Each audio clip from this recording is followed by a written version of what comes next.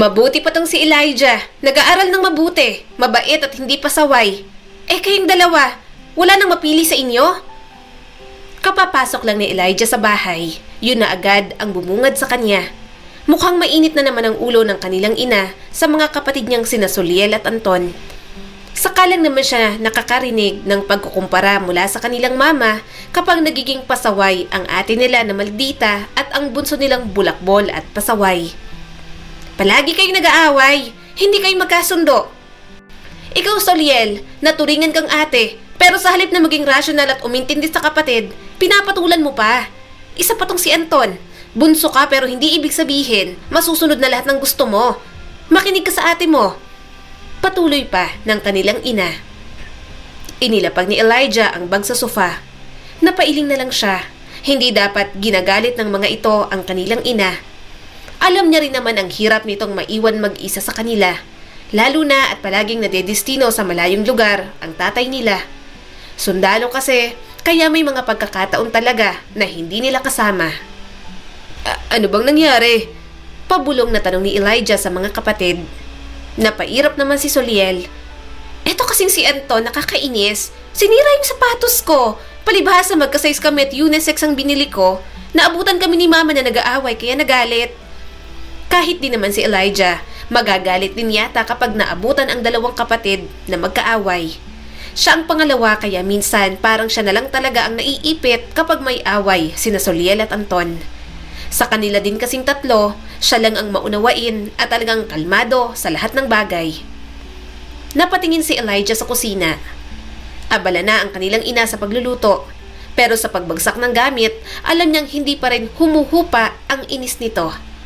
Napabuntong hininga si Elijah. Sana sa susunod, kapag nag-aaway kayo, usap lang. Huwag na kayong magsigawan. Nakakahiya sa mga kapitbahay. Saka hindi naman tayo pinalaki ni mama ng ganyan.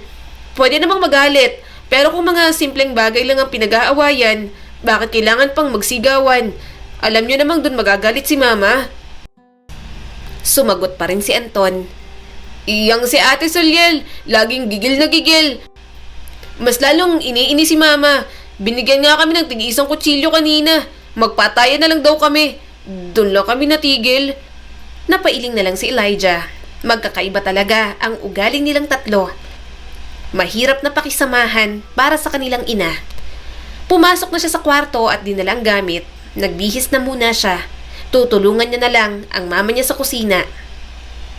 Tulungan ko na po kayo, mahinang sabi ni Elijah. Tumango naman ito at binigay sa kanyang papaya. Hindi ko na talaga alam ang gagawin dyan sa mga kapatid mo. Lumalaking mga pasaway. Normal lang naman na may away pero ayoko ng ganyan. Paano na lang kapag kayo-kayo na lang? Kapag wala na kami ng papa ninyo, mag-aaway na lang ba sila ng ganyan? Umiling naman si Elijah. Hindi ko po hahayaan yun. Saka lumilipas din naman po ang mga away nila. Ay nako, mabuti ka pa. Matino, yung mga kapatid mo. Dismayadong sabi ng kanyang ina. Bumagal ang paghihiwa ni Elijah sa papaya. Mama, wag niyo po sanang mamasamain. Pero kapag pinapagalitan niyo po sina Ate Soliel at Anton, wag niyo na po sana kaming pagkumparahing tatlo. Alam ko pong nagugustuhan ninyong ugali ko pero ayoko lang po na parang may competition po sa aming tatlong magkakapatid. Baka isipin po nila, paborito niyo akong anak. Alam ko naman pong patas po kayong magmahal sa amin. Talagang dinidisiplina niyo lang po sila. Hindi naman sa pinangungunahan ni Elijah ang pagpapalaki sa kanila ng kanilang ina. Gusto niya lang talagang maging maayos lahat hanggat maaari. Pakiramdam niya kapag nakaramdam ang isa sa kanila ng kompetisyon para sa atensyon ng kanilang mga magulang, doon na lalabas ang inggit.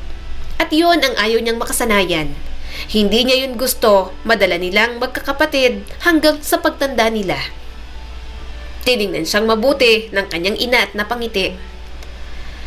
Ang mature mong mag-isip anak, hindi ko alam na mula pa sa'yo manggagaling ang mga salitang yan. Hindi ako perpektong ina kaya minsan pasensya na. Kapag galit na ako, hindi na talaga ako marunong makiramdam sa mga damdamin ninyo anak. Tumango lang si Elijah at napangiti. Sapat na sa kanya yon Ang paghingi pa lang nito ng tawad, alam niyang may pakialam ito sa nararamdaman nilang tatlo. Proud na proud siya sa kanilang mga magulang dahil ang mga ito ang klase ng mga magulang na iniintindi sila hanggat kaya. Nanalo na naman yan sa RSPC. Galing naman talaga. Pride ng school yan si Elijah. Bati sa kanya ng kanyang mga kaklase. Mahina na lang siyang tumawa.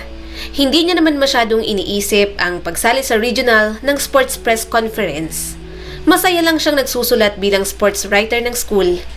Hindi niya rin naman inaasahan na mananalo siya ng ilaban ng kanilang paaralan. Maraming bansag dyan kay Elijah. Little Richard Gomez ng Shelo Burgos Elementary School. Pangaasar pa sa kanya ni Jay. Napabuntong hininga si Elijah. Binaon ko na yun sa limot. Talagang binabalik pa. Nagtawa na naman ang kanyang mga kaibigan. Nagsimula iyon ng grade 5 siya. Wala nang ibang maisali sa contest. Siya lang talaga ang gusto dahil moreno at talaga namang charming ang dating. Richard Gomez ang gagayahin dahil may malalim siyang dimples.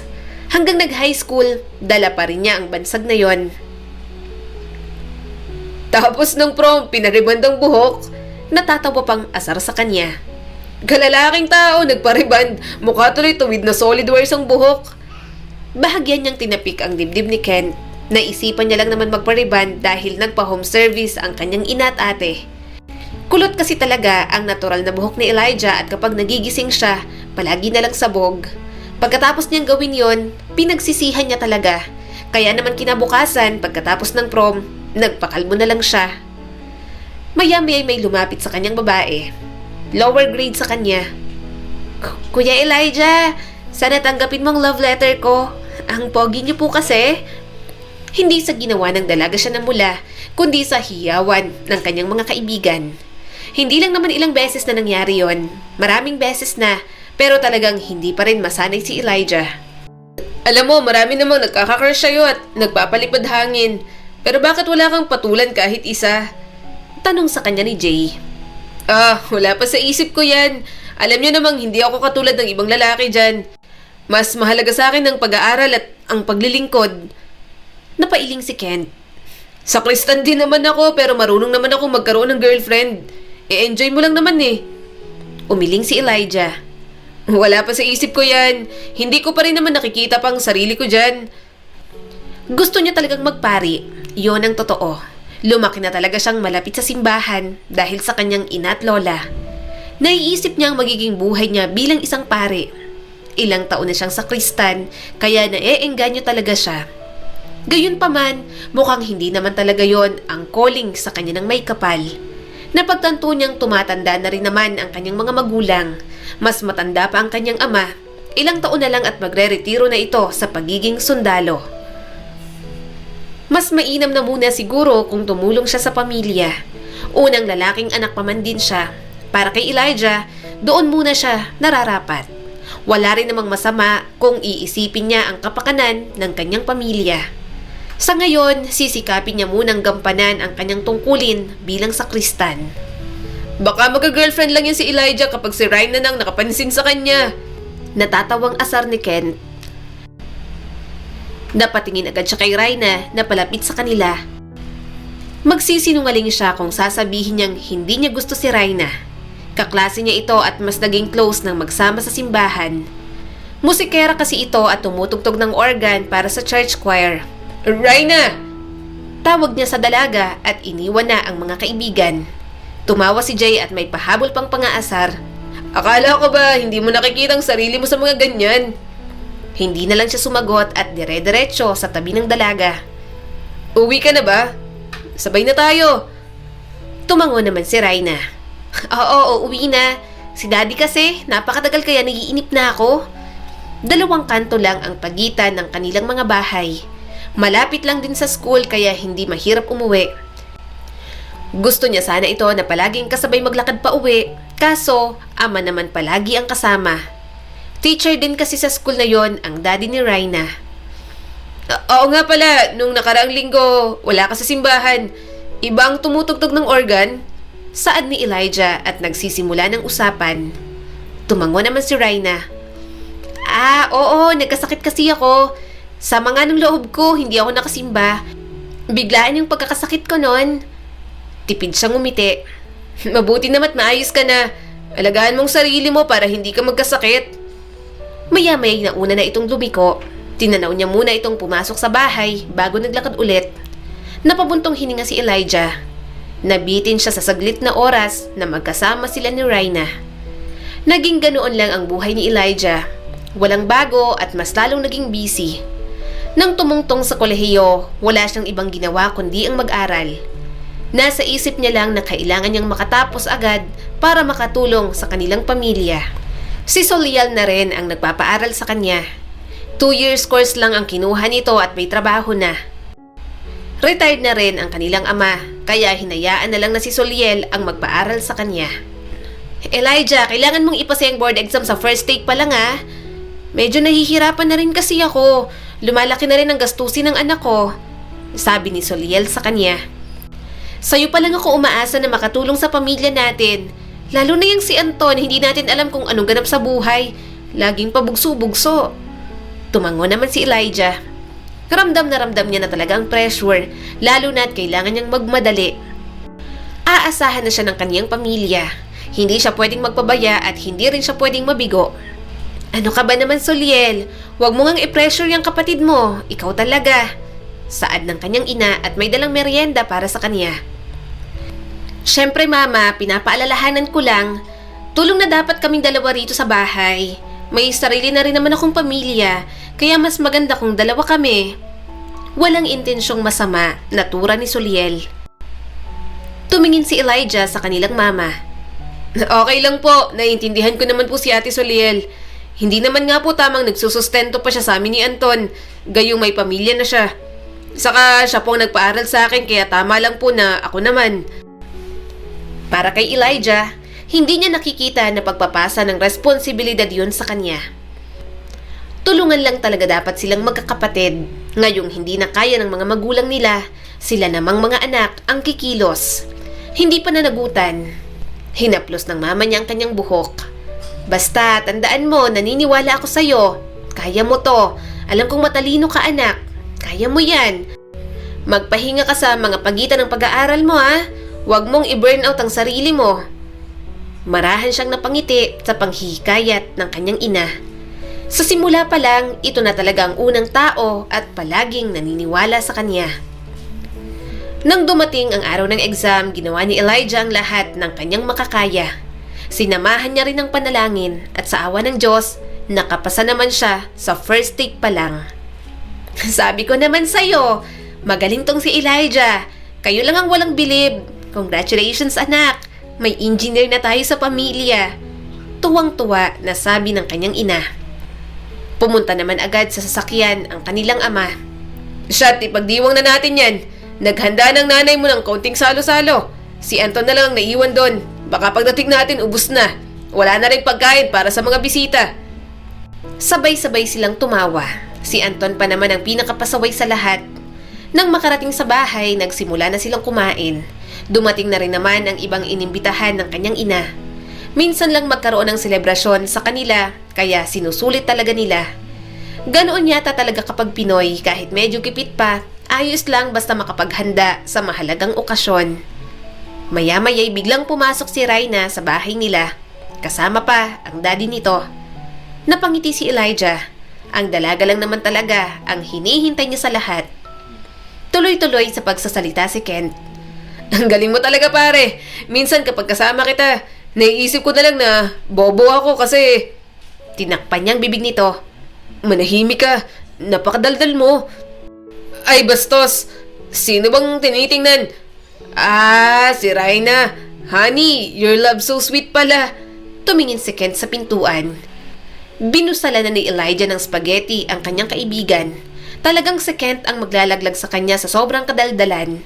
Tumayo na agad siya at kumuha ng mga plato para kina Rhina at sa daddy nito.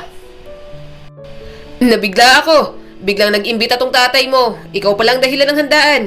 Congrats Elijah. Abay, engineer ka na pala. Hinila siya ng daddy ni Rhina at niyakap ng mahigpit. Napangiti si Elijah. Salamat po sir. Ito pong plato. Kumain na po kayo. Tumango naman ito. Oo, dun muna ako sa tatay mo. Eto na lang munang si Raina ang pakainin ninyo. Gutom na to. Kauuwi lang galing duty sa ospital. Naabutang walang pagkain sa bahay kaya sinama ko na rito. Sinamaan naman ang tingin ni Raina ang daddy nito. Daddy, ginawa mo naman akong parang patay gutom. Pinapahiya mo talaga ako.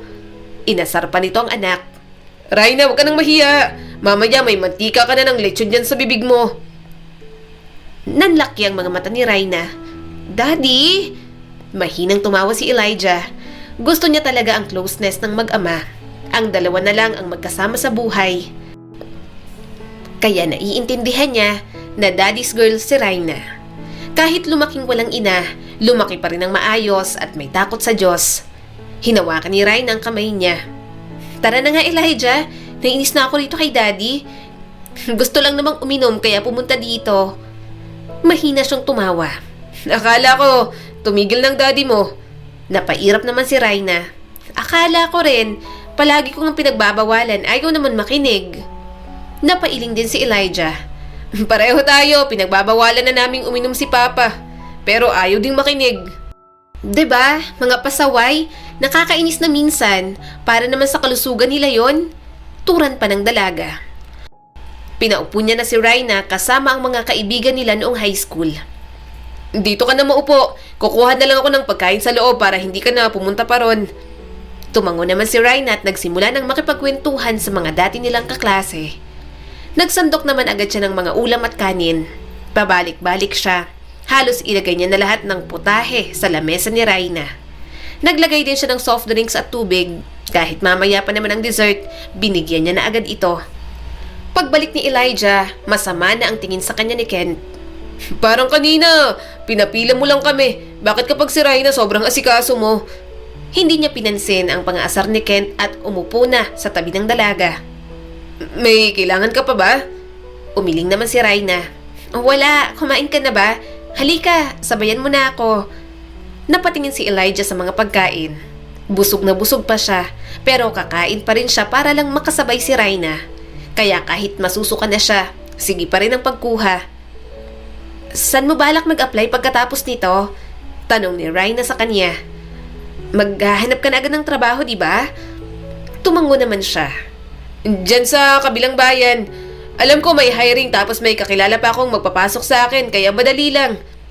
Napangiti naman si Raina. Good luck sa tatahakin mo. Ako naman matagal pa. Hindi pa ako ganap na doktor eh.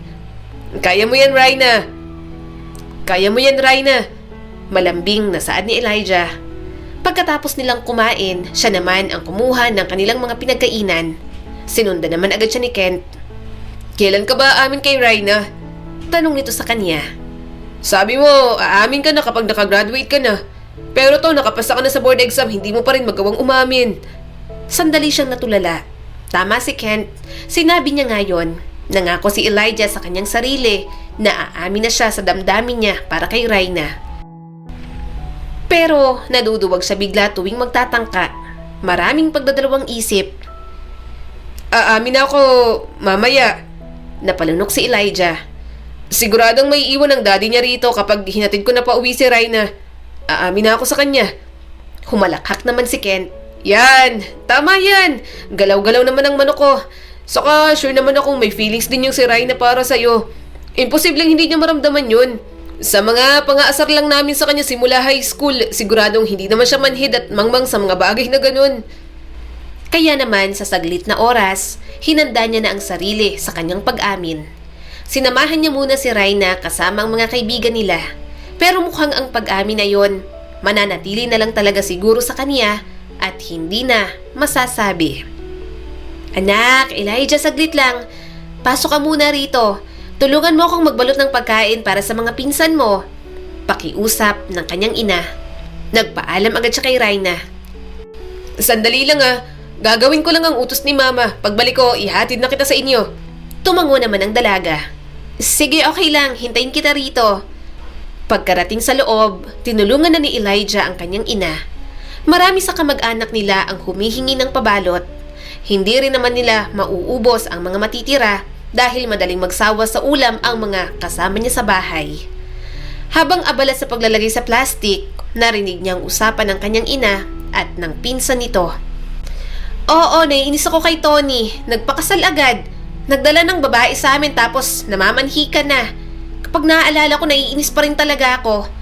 Sino ba namang hindi maiinis? Nagsakripisyo ang mga kapatid, pinag-aral at pagka-graduate, biglang mag-aasawa na. Tapos yung babae, galing nga sa mayamang pamilya, hindi pa naman tapos sa pag-aaral. Hindi naman sa inoobliga kong tumulong sa amin si Tony na magkaroon siya ng utang na loob kasi marami naman talaga kaming pagkukulang. Ang amin lang, maibalik niya ang mga tinulong ng mga kapatid niya sa kanya para naman makabawi sa mga sakripisyo. Saad pa ni Mirasol. Nagbigay naman ng opinyon ang kanyang ina. Baka naman tutulong pa rin. Mukha namang may kusa yung si Tony. Umiling naman ang pinsan ng kanyang mama. Pero iba pa rin. Lalaki siya. Siya ang magdadala ng pamilya. Ang akin ba naman, huwag magmadali. Ang bata-bata pa pero gusto na agad mag-asawa. Puro nobya agad ang iniisip. Ayaw munang patatagin ng buhay bago pumasok sa relasyon. Sandaling nag-isip si Elijah sa kanyang mga narinig. Hindi niya naman naiisip ang pagpapakasal pero ano bang dahilan kung bakit gusto niyang magkaroon ng nobya? Yun ay dahil gusto rin naman niyang maikasal. May punto rin naman ang mga ito. Nakatapos pa lang sa pag-aaral pero hindi ibig sabihin matatag na agad ang kinabukasan. Bumaha tuloy ang pag-aalala sa kanya. Bumaling kay Elijah ang pinsan ng kanyang ina. Kaya ikaw, Elijah, nako, hanggat kaya huwag ka munang maghanap ng girlfriend. Gamitin mo muna yung pinag-aralan mo bago mag-settle. Mahina namang tumawa ang kanyang ina, halatang ipinagmamalaki siya. Nako, mabait itong si Elijah, wala pa sa isip ng anak ko ang pagkakaroon ng nobya at pag-aasawa. Malaki ang pangarap nito. Sa kanilang tatlong magkakapatid, si Elijah talagang may disiplina at hindi pa dalos-dalos magdesisyon. Hindi na nagkaroon ng pagkakataon si Elijah na makapagsalita. Hindi naman talaga siya padalos-dalos magdesisyon at kumilos sa mga sitwasyong wala siyang kasiguraduhan. At ngayong napatingin siya kay Raina mula sa bintana, pakiramdam niya hindi pa yon ang tamang panahon para sa kanilang dalawa. Ang tahimik mo, Elijah, okay ka lang? Tanong sa kanya ni Raina. Tumango naman siya. Ayos lang ako. Tumigil na sila sa tapat ng bahay ni Raina. Tiningnan niyang mabuti ang dalaga. Gusto niyang umamin na gusto niya ito pero maraming rason para hindi niya sabihin yon. Napabuntong hininga na lang siya. May sasabihin ka pa ba? Tanong sa kanya ni Raina. Punong-puno ng pag-asa ang mga mata nito. Gusto ko lang sabihin na... Napapikit si Elijah. Good night. Nawala ang ngiti ni Raina. Yun lang? Napakagatlabi si Elijah at tumango. Pasok ka na sa inyo. Gabi na. Awkward na tumango si Raina. Sige, Elijah, congratulations ulit. Tinanaw niya munang makapasok ito. Nang saraduhan ito ang pinto, napayuko na lang siya. Pagkakataon na ni Elijah yon para kay Raina pero hindi niya ginawa. At sa pagkakataong yon, mas kailangan niya munang unahin ang kanyang pamilya. Pasensya ka na. Hindi pa ito ang pagkakataon para sa atin, Raina. Bulong na lang ni Elijah sa hangin. At mas naging malabo yun kay Elijah nang gusto siyang ipadala ng kumpanya sa Middle East para sa unang project. Ayaw niya noong una dahil malayo siya sa kaniyang pamilya. Pero wala naman siyang magagawa. Nandoon ang magandang kita at trabaho.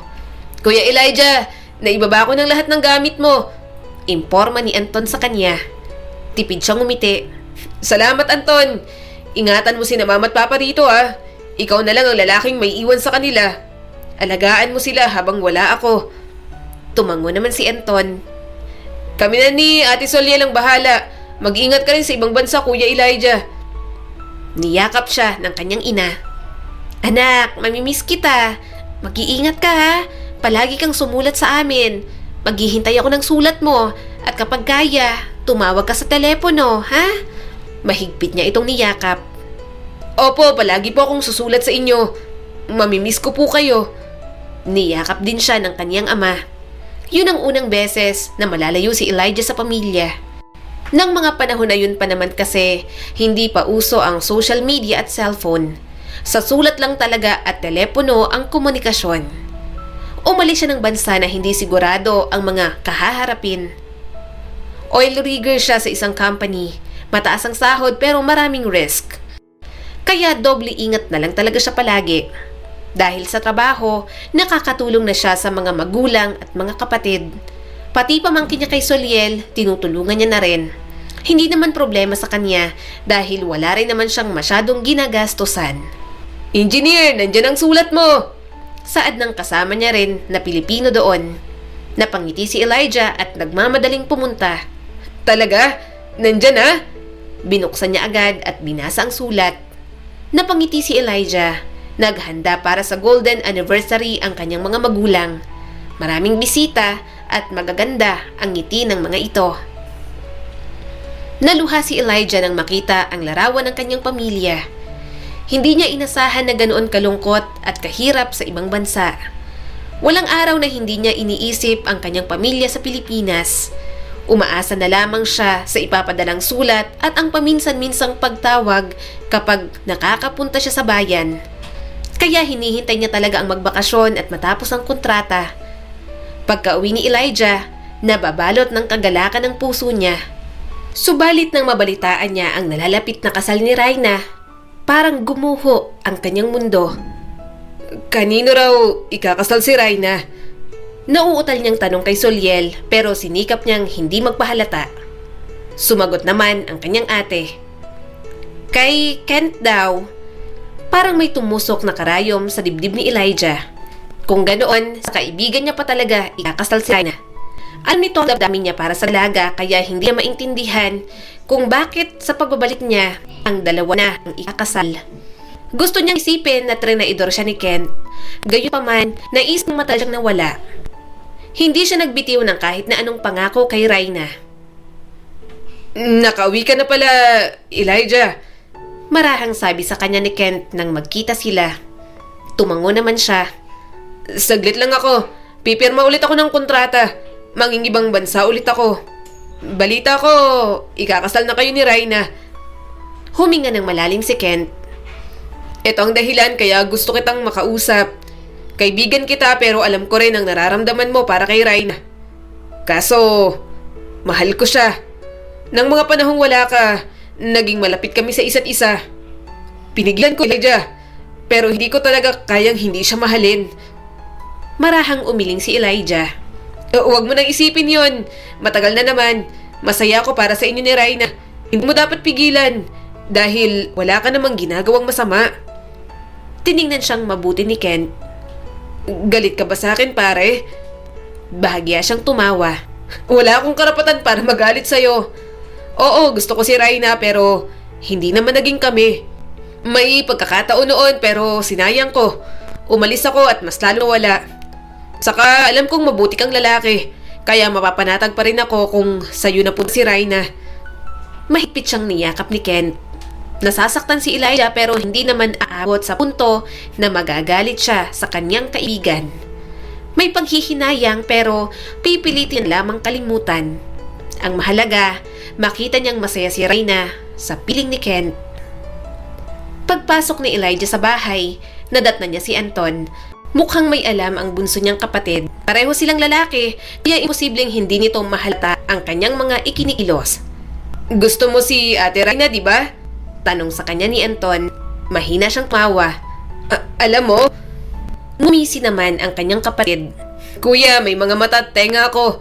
Ilos mo pa lang kapag nasa palig si Ate Raina nun. Alam na alam ko namang may gusto ka. Pasensya ka na. Hindi ko na sinabi sa'yo sa sulat na nagkakalapit na yung dalawa. Nasa gitna ka ng trabaho. Hindi ko alam kung ano ang magiging reaksyon mo kapag nalaman mo ang tungkol kina Kuya Kent at Ate Raina. Masyado nga siyang transparent noon sa mga kilos niya kapag kasama ang dalaga. Napaisip tuloy siya kung alam ba ni Raina na gusto niya ito noon. Gayunpaman, hindi na mahalaga yon. Ikakasal na naman ang dalawa. Ang damdamin niya para kay Raina dapat na lang manatili sa nakaraan. Tinapik ni Elijah ang balikat ng kanyang kapatid. Ayos lang yun, naiintindihan ko. Alam kong nag-aalala ka lang sa akin. Saka, hindi pa naman katapusan ng mundo. Marami pa akong makikilalang babae. magkakaroon din ako ng girlfriend. At least, sa panahon na yon, handang-handa na ako. Gusto rin naman ni Elijah maranasang pumasok sa isang relasyon. Noong kabataan niya, abala lamang siya sa pag-aaral at paglilingkod sa Diyos. Kaya hindi niya masyadong inisip yon. Ngayong nag-iba na ang kanyang tinatahak at nakikita niya ang ibang kakilalang nagsisipag-asawa na, hindi niya maiwasang mainggit. Umaasang sana mayroon din siyang sisimulang bagong buhay. Subalit mukhang imposible yon dahil sa kanyang trabaho. Sa mga lumipas na taon, palipat-lipat si Elijah ng bansa. Kaya mas nahirapan siyang magkaroon ng girlfriend o bagong kakilala. Minsan ay nasa desyerto o gitna ng karagatan ang kanyang trabaho.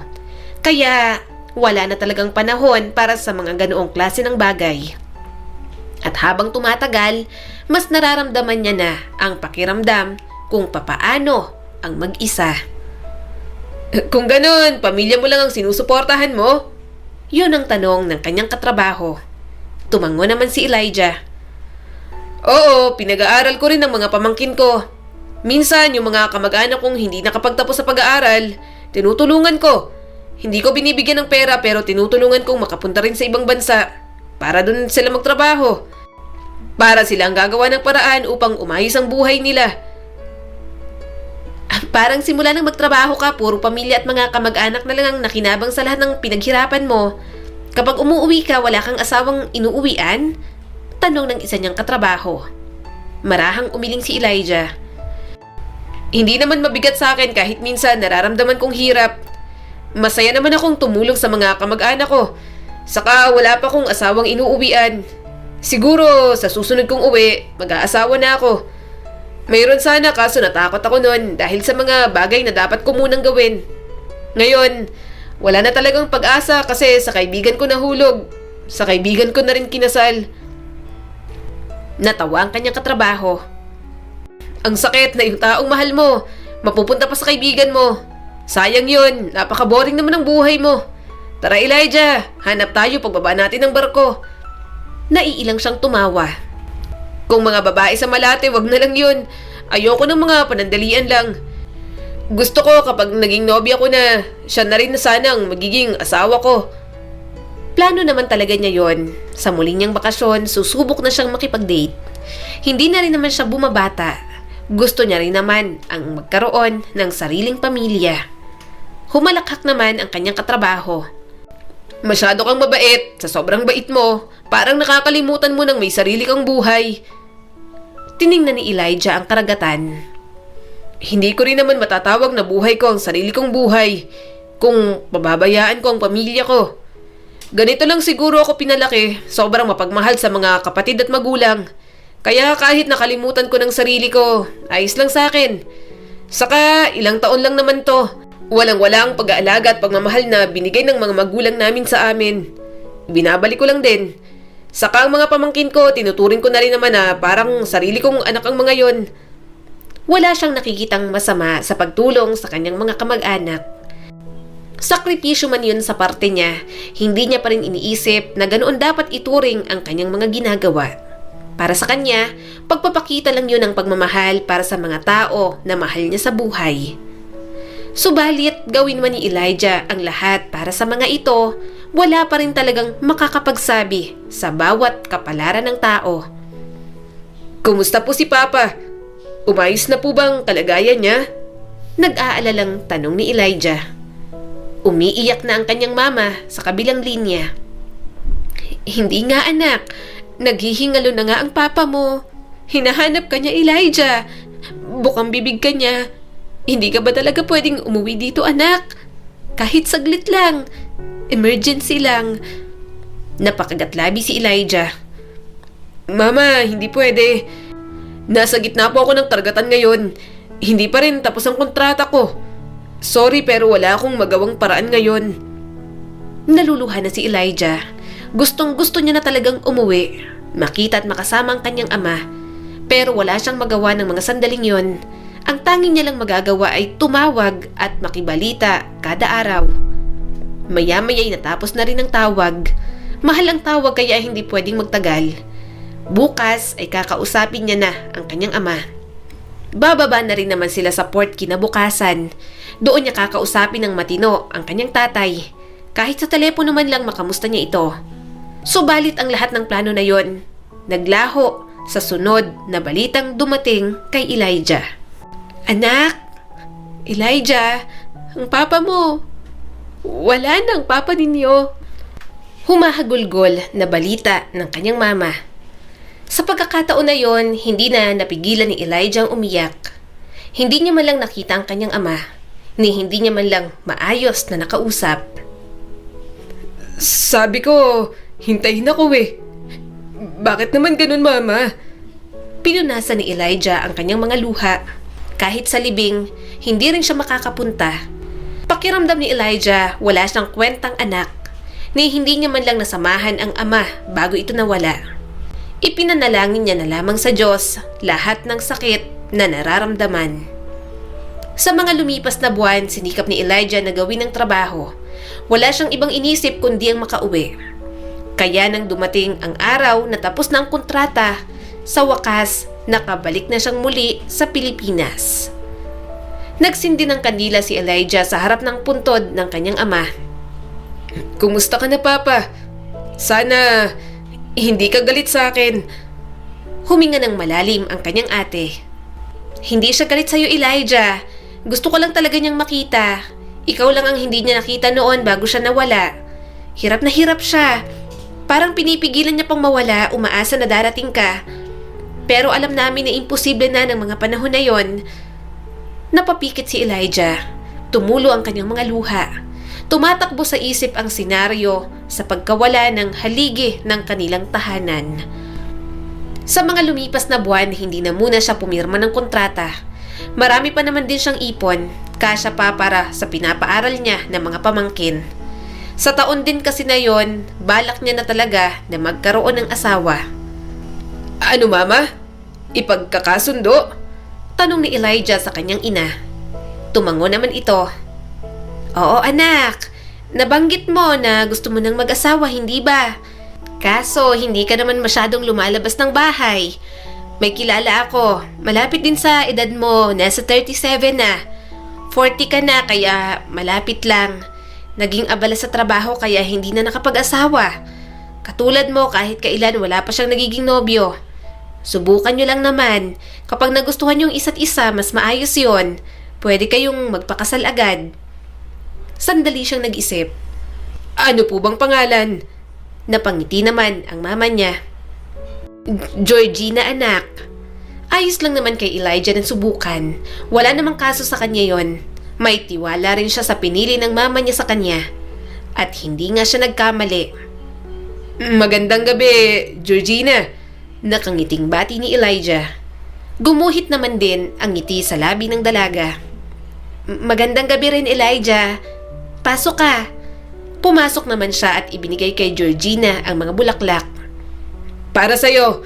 Hindi ko alam kung anong paborito mong bulaklak, pero sana magustuhan mo. Mga rosas ang pinakamainam na maibibigay ko sa'yo para maipakita kong mas higit pa sa kasunduan ng mga magulang natin ang gusto kong mangyari sa ating relasyon. Mahinang tumawa si Georgina. Matanda ka na pero mabulaklak pa rin ang iyong dila. Akala ko ba hindi ka pa nagkakaroon ng girlfriend kahit kailan? Humalakhak naman si Elijah. Wala akong intensyon na bulahin ka. Natural lamang na lumalabas sa akin ang mga salitang yon. Nag-usap sila ni Georgina. Nag-date, kumain at namasyal sa kung saan-saan. Mas lalo rin nilang nakilalang isa't isa. Bukod kay Raina, ngayon lang ulit siya nahulog ng ganito para sa isang babae. At kahit sa maikling panahon, nagawa na ni Georgina na makuha ang kanyang puso. Tila yon ang klase ng pag-ibig na kapag hinayaan niyang mawala, talagang magsisisi siya at hindi na alam kung kaya pa bang umibig ulit. Kaya hindi ka rin nakapag-asawa dahil mapili ka rin sa lalaki? Mabutit sumama ka sa akin kung ganun. Nangingiti niyang tanong kay Georgina. Napangiti naman ang dalaga. Mukha ka rin naman kasing mabait. Yung mga lalaking pumuporma sa akin noon hindi ko naman gusto. Mayayabang pang iba. Ikaw, unang kita ko pa lang sa'yo. Alam kong hindi ka na maglolo ko. Saka mas naging priority ko rin talagang trabaho. Katulad mo, para rin sa pamilyang ginawa ko. Sa aspetong yun pa lang pakiramdam ko magkakasundo na tayo. Mga ilang buwan din na naging sila. Sinulit ang pagiging magnobyo at nobya hanggang sa ikinasal na rin sila. Isa yon sa pinakamasayang pangyayari sa buhay ni Elijah. Georgina, ano ang nasa isip mo? Mahinang sabi ni Elijah at yumakap sa kaniyang asawa. Lumingon ito sa kanya, naliliwanagan ng buwan ng mukha. Hindi ko maiwasang isipin, papaano kung hindi tayo magkaanak? Naisip niya rin yon na magkaroon sila ng anak, pero hindi na rin naman siya umaasa. Matatanda na sila ni Georgina. Maaring kaya niya pa pero ang katawan ng kanyang asawa, maaring hindi na. Kahit gusto niya pang magkaroon ng anak, mas uunahin niya naman ang kalusugan ni Georgina. Hinaplos niyang mukha nito. Alam mo namang hindi pa katapusan ng mundo, di ba? Marami pang maibibigay ang relasyon natin. Hindi pa sa pagkakaroon ng mga anak. Kung bubuo tayo ng bata at parehong may risk sa inyo, hindi ko na yun isusugal pa, Georgina. Ayos lang sa akin kahit wala. Napakagatlabi si Georgina. Hindi ka ba nalulungkot? Parang hindi matatawag na pamilya kung dalawa lang tayo. Sa kabilang babae, parang kakulangan ko rin sa'yo yon. Inabot niya ang isang nakalugay na hibla ng buhok at inilagay sa likod ng tenga nito. Georgina, pinakasalan kita dahil sa kung sino ka. Hindi dahil sa kung kaya mo ba akong bigyan ng anak o hindi. Sapat na sa akin na ikaw lang ang nasa tabi ko. Bumuntong hininga ang kanyang asawa. Pero gusto kong ibigay sa'yo ang saya na yon, na maging ama. Makinig ka sa akin, mahal. Malumanay niyang sabi at hinanap ang paningin ng kanyang asawa. Pareho tayong matanda na nang ikasal tayo. Alam natin na ang pagsisimula ng isang pamilya ay maaring hindi kasing simple ng iba. Dahil nga parang huli na nang nagdesisyon tayong magsettle. Pero hindi naman mababago nito kung anong meron tayo. Mahal kita, Georgina. Ang maging asawa ka, higit na agad sa inaasahan ko. Kaya wag ka nang malulungkot. Kuminang sa luha ang mga mata ni Georgina. Mahal kita, Elijah. Natatakot lang ako na hindi ako sapat sa'yo. Na baka kaya ka nag-asawa kasi gusto mong magkaroon ng anak para may mag-aalaga sa'yo at may kasama kapag tanda. Umiling naman siya. Kapag mas matanda na tayo, alagaan natin ang isa't isa. Hindi mo kailangang matakot. Isang regalo ang buhay nating magkasama at hindi ko to ipagpapalit sa anumang bagay. Makakabuo pa rin tayo ng pamilya kahit tayong dalawa lang. Gumapang sa mga labi nito ang isang maliit na ngiti. Hindi ko alam kung dinadamayan mo ako sa nararamdaman ko o talagang binobola mo lang ako. Bahagya siyang tumawa. Umaasa na ako na baka wala tayong maging anak. Pinagpala ko ng Diyos sa pamamagitan mo, Georgina. Yun na lang ang tandaan mo. Ha? Napakagatlabi ito. Sige, hindi na ako mababahala kung ganon. Mas lalong niyakap ni Elijah ang asawa. Dapat naman talaga, pamilya tayo. May mga bata man o wala. Tumangon na lang si Georgina. Madali lang lahat pagdating sa'yo. Mahinang sabi ni Elijah. Harapin natin kung ano man ang dumating sa ating dalawa. Ano man ang mangyari, nandito ako. Magpapasaya sa'yo. Susuportahan ka at mamahalin ka. Habang lumalalim ang gabi, nakahiga silang magkayakap. Unti-unting nawala ang kanilang mga alalahanin. Magkasama, lumikha sila ng isang tahanan, isang buklod na hindi masisira ng mga pagsubok sa buhay. Sa sandaling yon, nauunawaan nila na sapat na ang kanilang pag-ibig para manatiling buo at masaya.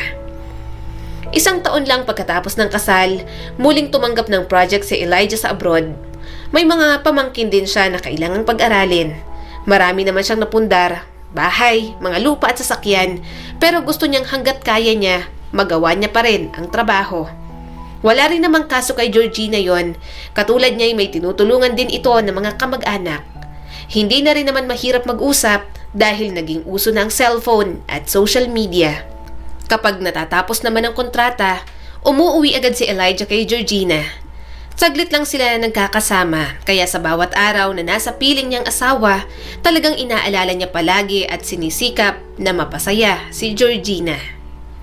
Naiisip niya na tumigil na sa pagtanggap ng project sa ibang bansa.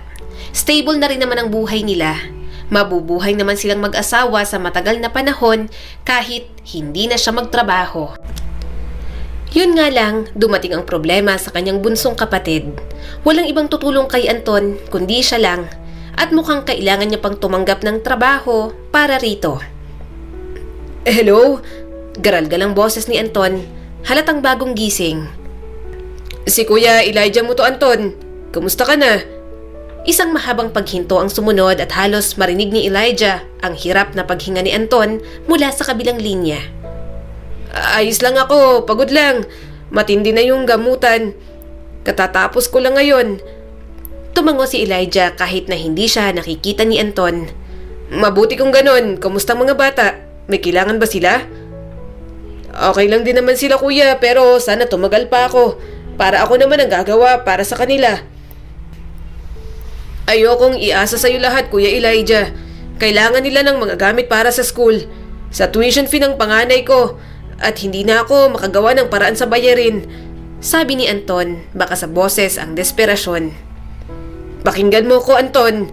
Sabi ni Elijah. Alam kong mahirap ang mga pinagdadaanan mo at ng pamilya mo ngayon, pero gusto kong tumulong.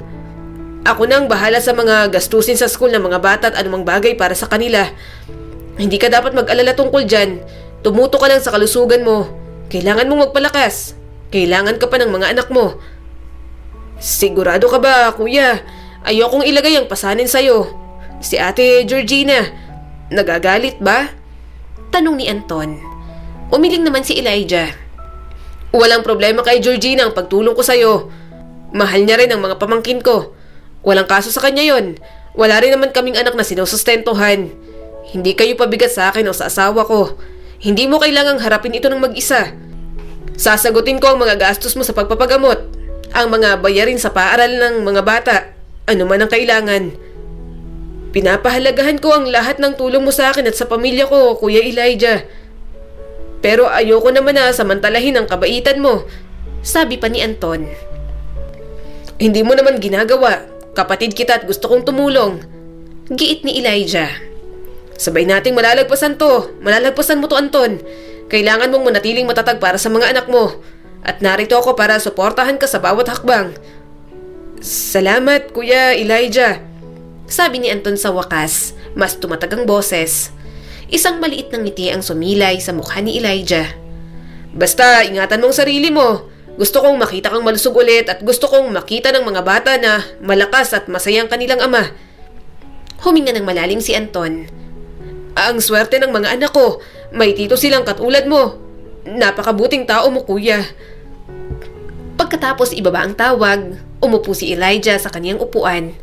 Aakuin niya ang mga responsibilidad, pinansyal at emosyonal dahil yon ang ibig sabihin ng pamilya. Sa sandaling yon, nangako siyang gagawa ng paraan para pagaanin ang pasanin ni Anton sa buhay upang maging mas madali ang landas sa bawat araw para dito. Ngunit kaiisip ni Elijah sa problema ng kanyang kapatid, nakalimutan niya ng kumustahin si Georgina. Hindi siya makapaniwalang may tinatago pala itong malubhang sakit at patuloy lang na lumalala. Georgina, panimula ni Elijah, ang kanyang boses ay puno ng emosyon. Bakit hindi mo sinabi sa akin ang tungkol sa sakit mo? Hindi ko pa malalaman kung hindi mo ibibenta ang ilang properties natin dyan para mabayaran ang pagpapagamot mo. Naririnig niya ang pagbuntong hininga ni Georgina. Isang tunog na tila puno ng paghihinayang. Hindi ko gustong mag-alala kay Elijah. Akala ko kakayanin ko. Kaso nagkulang na rin ang ipon ko para sa sarili ko. Pasensya ka na kung ibebenta ko ang ibang... Hindi yun ang punto ko. Wala akong pakialam sa mga properties na yan. Mawala na yan lahat, wag lang ikaw. Akala mo, kakayanin mo? Hindi makapaniwalang tanong ni Elijah at basag ang boses. Nag-iisa ka. Hinarap yung sakit mo habang ako nandito lang malayo sa'yo. Paano mo naisip na okay lang yan? Paano mo naisip na hindi ako mag-aalala? Akala ko mas madali para sa'yo kung itatago ko ito sa sarili ko. Sagot ni Georgina. Marami ka nang kinakaharap, pagsuporta kay Anton at sa kanyang mga anak. Hindi ko gustong magdagdag sa mga iniisip mo. Ako dapat ang mag-aalaga sa'yo. Hindi na napigilan ni Elijah ang tumaas ang boses. Umagos ng frustration sa pagkatao niya. Ikaw ang asawa ko. Dapat nandyan ako para sa'yo. Ang galit ni Elijah ay nagbibigay daan sa isang alon ng kalungkutan. Napaupo siya sa sofa. Nanginginig ang kanyang kamay habang ang mga luha ay umaagos sa kanyang mga pisngi. Nanginig din ang mga labi niya. Pakiramdam ko, nabigo kita. Hindi ko man lang naramdamang may mali na may tinatago ka sa akin. Makinig ka sa akin, sabi naman ni Georgina. Magiging okay ako. Okay naman ang medication sa akin at mayroon akong magaling na doktor. Huwag ka nang umiyak. Elijah, kailangan mong mag-focus sa trabaho mo at kay Anton. Kaya ko to. Huwag kang mag-alala, malakas ako. Hindi ako makakapag-focus sa trabaho nang alam ko kung anong pinagdadaanan mo. Gusto ko nang umuwi. Gusto kitang makasama para alagaan ka, Georgina. Sagot niya at gumagapang sa boses ang desperasyon. Please, huwag mong gawin yan. Malumanay nitong pakiusap. Kailangan mong manatili dyan, Elijah. Kailangan ni Anton ng suporta mo para sa kanyang gamutan at edukasyon para sa mga pamangkin mo. Umaasa sila sa'yo. At hindi ko hahayaang iwanan mo yon dahil nag-aalala ka. Kaya ko naman dito, Elijah. Naikuyom niya ang kanyang panga. Pero paano ka? Paano ang mga pangangailangan mo? Pakiramdam ko'y wala akong magawa dito. Kailangan mo magtiwala sa akin. Mahinang sabi ni Georgina at nagagawa pa rin maging kalmado. May pinapangako ko sa'yo, lalabanan ko to. Malakas ako at malalampasan ko ang sakit ko. Pero kailangan kong maging matatag ka rin. Kailangan mong patuloy na magtrabaho. Ito ang pinakamabuti para sa lahat ngayon, mahal. Ayokong unahin ang sino man kaysa sa'yo. Sabi niya, halos magmakaawa na. Ikaw ang priority ko, Georgina. Kapag may kailangan ka, magsabi ka sa akin agad. Alam ko at mahal kita dahil doon. Sabi ni Georgina at bahagyang nabasag ang boses. Marami ka nang nagawa. Ipagpatuloy mo lang ang ginagawa mo. Aalagaan ko ang sarili ko. Sumandal si Elijah sa sofa. Ayoko lang isipin na naghihirap ka nang wala ako. Hindi ako nag-iisa. Sinasamahan din naman ako ng mga kapatid ko. Muling tiniyak ni Georgina. Huminga si Elijah ng malalim, pilit na pinapakalma ang kanyang emosyon. Ayokong maramdaman mo na parang iniiwan, na parang pinapabayaan kitang mag-isa dyan. Hindi mo ako pinapabayaan. Lakas kita, Elijah. May bahid ng ngiti na tura nito. Okay, sige. Gusto ko ng updates. Gusto kong malaman kung kumusta ka, kung anong status ng kondisyon mo. Lahat gusto kong malaman. Palagi rin akong tatawag sa'yo kapag may oras ako. Siyempre, ipapaalam ko sa'yo at magiging okay ako. Pangako. Habang patuloy silang nag-uusap, naramdaman ni Elijah ang isang kislap ng pag-asa na umusbong mula sa madilim na ulap na bumalot sa kanila. Nagkaroon siya ng kapanatagan sa pinapakitang saya ni Georgina, kaya hindi niya inaasahan ang balita na dumating sa kanya. Ate Soliel, anong sinasabi mong wala na? Ano bang ibig mong sabihin? Napupuno ng desperasyon at takot ang kanyang dibdib. Narinig niya ang paggaralgal ng boses ng kanyang ate. Ang asawa mo, pumanaw na kaninang madaling araw. Wala na si Georgina, Elijah.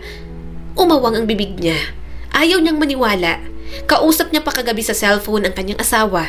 Sinabi nitong bumubuti na ang kalagayan nito.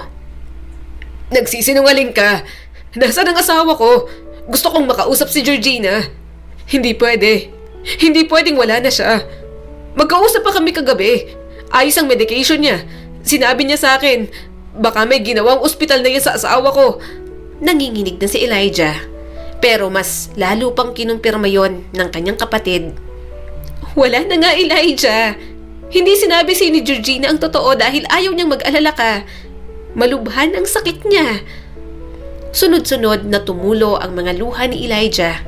Hindi niya matanggap. Parang gusto niya na agad sumunod sa kanyang asawa.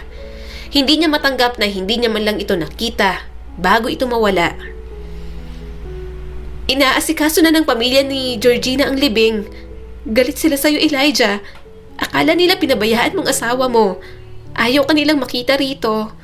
Saad pa ni Soliel. Uuwi ako.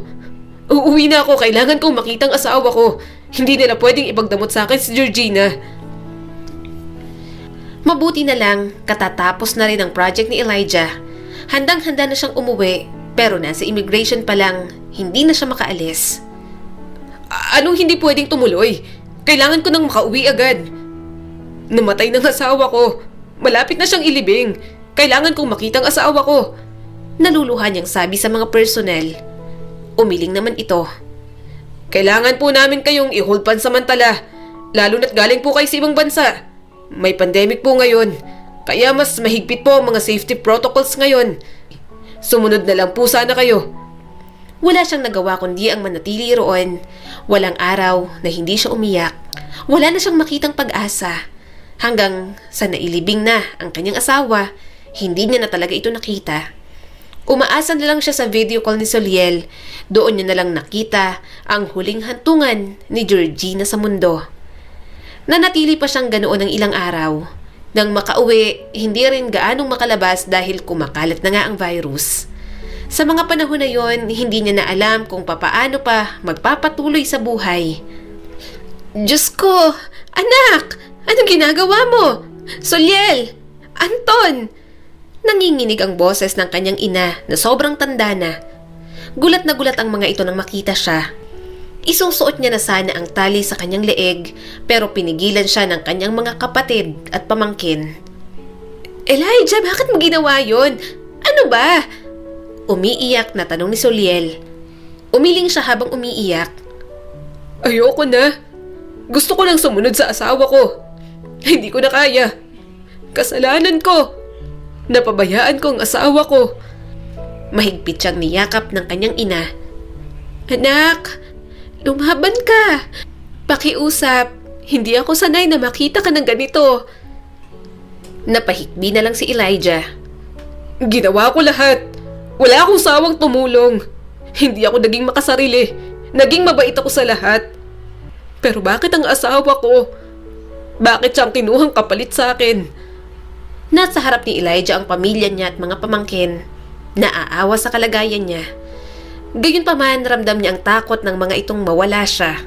Sa pagkakataon na yon, batid niya na mahal siya ng kanyang pamilya. Tinulungan siya ng mga itong makabangon. Sinamahan din siya ng mga pamangkin sa bahay para hindi niya maramdaman na nag-iisa siya. Natapos ng pandemic, tuluyan na rin siyang nagretiro sa pagtatrabaho. Muli siyang bumalik sa paglilingkod sa Diyos.